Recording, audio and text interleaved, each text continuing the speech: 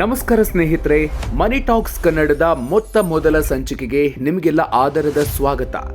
ಭಾರತದ ಎರಡನೇ ಅತಿ ದೊಡ್ಡ ಐಟಿ ಕಂಪನಿ ಇನ್ಫೋಸಿಸ್ ತನ್ನ ಹೂಡಿಕೆದಾರರಿಗೆ ಒಂದು ಬಂಪರ್ ಸುದ್ದಿಯನ್ನ ನೀಡಿದೆ. ಬರೋಬ್ಬರಿ 18,000 ಕೋಟಿ ರೂಪಾಯಿ ಮೌಲ್ಯದ ಷೇರುಗಳನ್ನು ವಾಪಸ್ ಖರೀದಿಸಲು ಕಂಪನಿ ಮುಂದಾಗಿದೆ. ಹಾಗಿದ್ರೆ ಏನಿದು ಷೇರು ಬೈಬ್ಯಾಕ್? ಇದರಿಂದ ಸಣ್ಣ ಹೂಡಿಕೆದಾರರಿಗೆ ಲಾಭ ಇದೆಯಾ? ನಿಮ್ಮ ಬಳಿ ಇನ್ಫೋಸಿಸ್ ಷೇರುಗಳಿದ್ರೆ ನೀವು ಏನು ಮಾಡಬೇಕು? ಬನ್ನಿ ಎಲ್ಲ ವಿವರಗಳನ್ನು ನೋಡೋಣ. ಅದಕ್ಕೂ ಮೊದಲು ನೀವು ನಮ್ಮ ಮನಿ ಟಾಕ್ಸ್ ಕನ್ನಡ ಯೂಟ್ಯೂಬ್ ಚಾನಲ್ಗೆ ಸಬ್ಸ್ಕ್ರೈಬ್ ಆಗಿ ಪಕ್ಕದಲ್ಲೇ ಇರೋ ಬೆಲ್ ಐಕಾನ್ ಪ್ರೆಸ್ ಮಾಡಿ. ಸ್ನೇಹಿತರೆ, ಮೊದಲಿಗೆ ವಿಷಯ ಏನಪ್ಪಾ ಅಂತ ನೋಡೋಣ. ಐಟಿ ದೈತ್ಯ ಇನ್ಫೋಸಿಸ್ ತನ್ನ ಇತಿಹಾಸದಲ್ಲೇ ಅತಿ ದೊಡ್ಡ ಷೇರು ಬೈಬ್ಯಾಕ್ ಪ್ರಕಟಿಸಿದೆ. ಇದರ ಒಟ್ಟು ಮೌಲ್ಯ ಬರೋಬ್ಬರಿ 18,000 ಕೋಟಿ ರೂಪಾಯಿ. ಈ ಬೈಬ್ಯಾಕ್ ವಿಂಡೋ ಇದೇ ಬುಧವಾರದಿಂದ ಅಂದ್ರೆ ನವೆಂಬರ್ 20ರಿಂದ ಶುರುವಾಗಿ ನವೆಂಬರ್ 26ರಂದು ಮುಕ್ತಾಯಗೊಳ್ಳಲಿದೆ. ಏನಿದು ಷೇರು ಬೈಬ್ಯಾಕ್?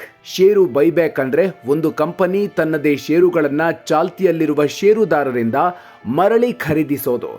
ಇನ್ಫೋಸಿಸ್ ಪ್ರತಿ ಷೇರಿಗೆ 1,800 ರೂಪಾಯಿ ದರ ನಿಗದಿ ಮಾಡಿದೆ.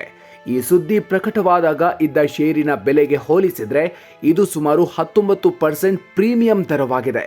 ಅಂದ್ರೆ ಮಾರುಕಟ್ಟೆ ಬೆಲೆಗಿಂತ ಹೆಚ್ಚಿನ ಬೆಲೆಗೆ ಕಂಪನಿಯೇ ನಿಮ್ಮ ಷೇರುಗಳನ್ನು ಕೊಂಡುಕೊಳ್ಳುತ್ತೆ. ಸದ್ಯ ನವೆಂಬರ್ 19ರಂದು ಇನ್ಫೋಸಿಸ್ ಷೇರಿನ ಬೆಲೆ 1,540 ರೂಪಾಯಿ ಆಸುಪಾಸಿನಲ್ಲಿದೆ. ಇದಕ್ಕೆ ಹೋಲಿಸಿದ್ರೂ ಬೈಬ್ಯಾಕ್ ದರ 16% ಹೆಚ್ಚಿದೆ. ಅಂದ್ರೆ ಷೇರು ಮಾರಾಟದಿಂದ ನಿಮಗೆ ಬಂಪರ್ ಲಾಭ ಸಿಗಲಿದೆ. ಕಂಪನಿಯ ಪ್ರಕಾರ ತನ್ನಲ್ಲಿರುವ ಹೆಚ್ಚುವರಿ ಹಣವನ್ನು ಹೂಡಿಕೆದಾರರಿಗೆ ಹಿಂದಿರುಗಿಸಲು ಮತ್ತು ಷೇರು ಮೌಲ್ಯವನ್ನು ಹೆಚ್ಚಿಸಲು ಈ ನಿರ್ಧಾರ ಕೈಗೊಂಡಿದೆ. ಹಾಗಾದ್ರೆ ಹೂಡಿಕೆದಾರರಿಗೆ ಏನು ಲಾಭ? ಈ ಬೈಬ್ಯಾಕ್ ಅನ್ನ 2 ವಿಭಾಗಗಳಾಗಿ ವಿಂಗಡಿಸಲಾಗಿದೆ. ಒಂದು ಸಣ್ಣ ಹೂಡಿಕೆದಾರರು ಮತ್ತು ಇನ್ನೊಂದು ಸಾಮಾನ್ಯ ಹೂಡಿಕೆದಾರರು. ನವೆಂಬರ್ 14ರ ರೆಕಾರ್ಡ್ ದಿನಾಂಕದಂದು ಯಾರು 2 ಲಕ್ಷ ರೂಪಾಯಿಗಿಂತ ಕಡಿಮೆ ಮೌಲ್ಯದ ಇನ್ಫೋಸಿಸ್ ಷೇರುಗಳನ್ನು ಹೊಂದಿರ್ತಾರೋ ಅವರು ಸಣ್ಣ ಹೂಡಿಕೆದಾರರ ಕೆಟಗರಿಗೆ ಬರ್ತಾರೆ. ಇಲ್ಲಿ ಸಣ್ಣ ಹೂಡಿಕೆದಾರರಿಗೆ ಒಂದು ಗುಡ್ ನ್ಯೂಸ್ ಇದೆ. ಅವರಿಗಾಗಿ ಬೈಬ್ಯಾಕ್ನ 15% ಷೇರುಗಳನ್ನು ಮೀಸಲಿಡಲಾಗಿದೆ. ಬೈಬ್ಯಾಕ್ ಅನುಪಾತವನ್ನು ಕೂಡ ನಿಗದಿ ಮಾಡಲಾಗಿದೆ. ಸಣ್ಣ ಹೂಡಿಕೆದಾರರಿಗೆ ಪ್ರತಿ 11 ಷೇರುಗಳಿಗೆ 2 ಷೇರುಗಳನ್ನು ಕಂಪನಿ ಖರೀದಿಸಲಿದೆ. ಸಾಮಾನ್ಯ ಹೂಡಿಕೆದಾರರಿಗೆ ಪ್ರತಿ 706 ಷೇರುಗಳಿಗೆ 17 ಷೇರುಗಳನ್ನು ಕಂಪನಿ ಖರೀದಿಸಲಿದೆ.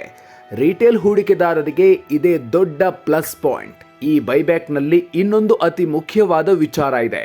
ಇನ್ಫೋಸಿಸ್ನ ಪ್ರವರ್ತಕರು ಅಂದ್ರೆ ಕಂಪನಿಯ ಸಂಸ್ಥಾಪಕರು ಮತ್ತು ಅವರ ಕುಟುಂಬದವರು ಈ ಬೈಬ್ಯಾಕ್ನಲ್ಲಿ ಭಾಗವಹಿಸುತ್ತಿಲ್ಲ. ಎನ್.ಆರ್. ನಾರಾಯಣಮೂರ್ತಿ, ಸುಧಾಮೂರ್ತಿ, ನಂದನ್ ನೀಲೇಕಣಿ, ಕ್ರಿಸ್ ಗೋಪಾಲಕೃಷ್ಣನ್ ಸೇರಿದಂತೆ ಪ್ರವರ್ತಕರ ಬಳಿ ಕಂಪನಿಯ ಸುಮಾರು 14.30% ಷೇರುಗಳಿವೆ. ಇವರು ತಮ್ಮ ಷೇರುಗಳನ್ನು ಮಾರಾಟ ಮಾಡದೇ ಇರಲು ತೀರ್ಮಾನಿಸಿದ್ದಾರೆ.